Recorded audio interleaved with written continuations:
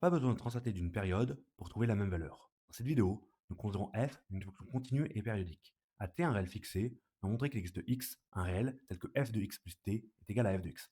On commence par introduire taux, une période de f.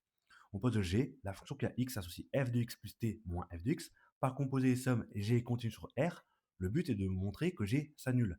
Si f prenait une valeur minimale en x, g de x serait positif, et si f prenait une valeur maximale en x, g de x serait négatif. Et on pourrait appliquer le théorème des valeurs intermédiaires. Comme R n'est pas un segment, on applique le théorème des bandes atteintes sur le segment 0 taux.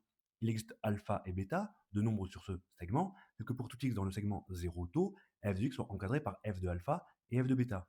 On calcule g de alpha égale f de alpha plus t moins f de alpha, mais comme alpha plus t n'appartient pas forcément au segment 0 taux, mais à R, on découpe R comme une union d'intervalles de longueur taux. Nécessairement, il existe un entier n tel que alpha plus t soit encadré entre n taux et n taux plus taux. En retranchant n taux, on obtient que alpha plus t moins n taux est entre 0 et taux. Et donc, par périodicité de f de alpha plus t est égal à f de alpha plus t moins n taux, qui est supérieur ou égal à f de alpha. Cela assure que g de alpha est positif. Et on démontrerait de même que g de bêta est négatif. Ainsi, 0 est encadré entre g de bêta et g de alpha. Comme g est continu sur le segment alpha-bêta, d'après le théorème des valeurs intermédiaires, il existe x dans le segment alpha-bêta tel que g de x égale 0.